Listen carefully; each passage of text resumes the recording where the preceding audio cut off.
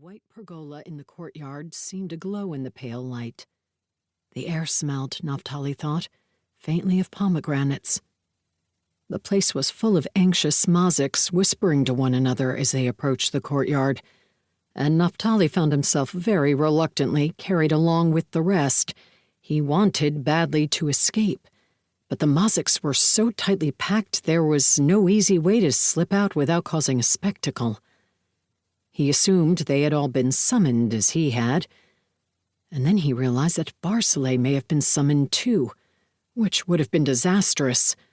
But before he could go to look for him, all the paths into the courtyard were blocked by blue-clad Mazik guards, who moved at once to trap all the assembled Maziks inside.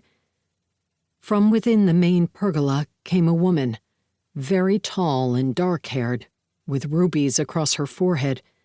To her left was a man whose orange eyes marked him as lucite. A woman dressed in blue came and stood on the dais beside them. She put a hand to her own throat, which seemed to magnify her voice enough to be heard without shouting, though every Mazik assembled fell silent as soon as she appeared. "The reign of Relam is over," she said. "You will give your oath to his blood and heir, the Queen of Rimon. Long may she dream." A great murmur went up, but the woman, who Naftaly supposed must be some sort of herald, continued.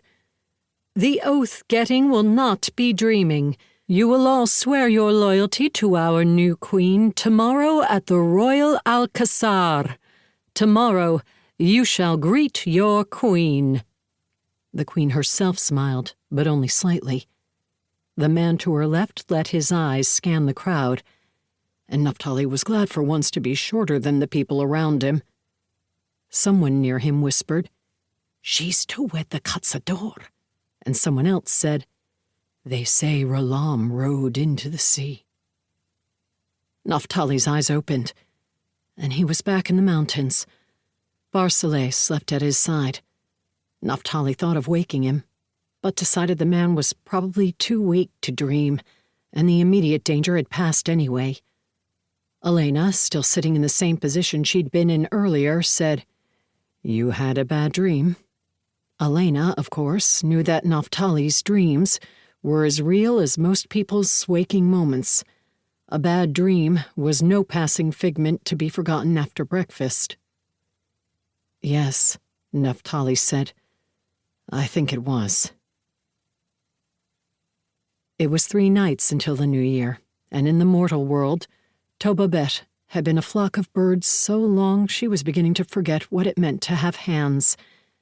She didn't miss them. Wings, she'd concluded, were the better choice. While hands could manipulate, wings provided escape, and escape was not a thing smartly given up. The horror of her own death was never out of her mind. In the Mazik books Toba had perused in Asmel's library, the question had been posed repeatedly. Was one conscious the moment she entered the void, or did consciousness cease at that precise instant? The scope of the suffering, whether the void of non-existence was bad enough, or whether it was still worse and you actually felt yourself inside it, however briefly, was something that had been opined on for as long as Maziks had been writing books, which was long indeed. But the opinions put forth, no matter how well-reasoned, were merely philosophical. Or they had been, until Toba had died and discovered the truth of the matter. Toba had felt her other self, her original self, some might say her truer self, go into the void. The time between her death and the blotting from existence of her mind or spirit or consciousness was little more than an instant. But that instant had existed. Toba had felt it, and she wasn't sure she would ever manage to stop thinking about it, like a whisper in her ear that would not quiet. "You'd be more helpful as a person," Asmel muttered, which Toba supposed was true. He'd traded his coat and splendid shoes and the ring he wore on his forefinger for simpler clothing and enough money to get them as far north as Barcino. Or it would have if Asmel...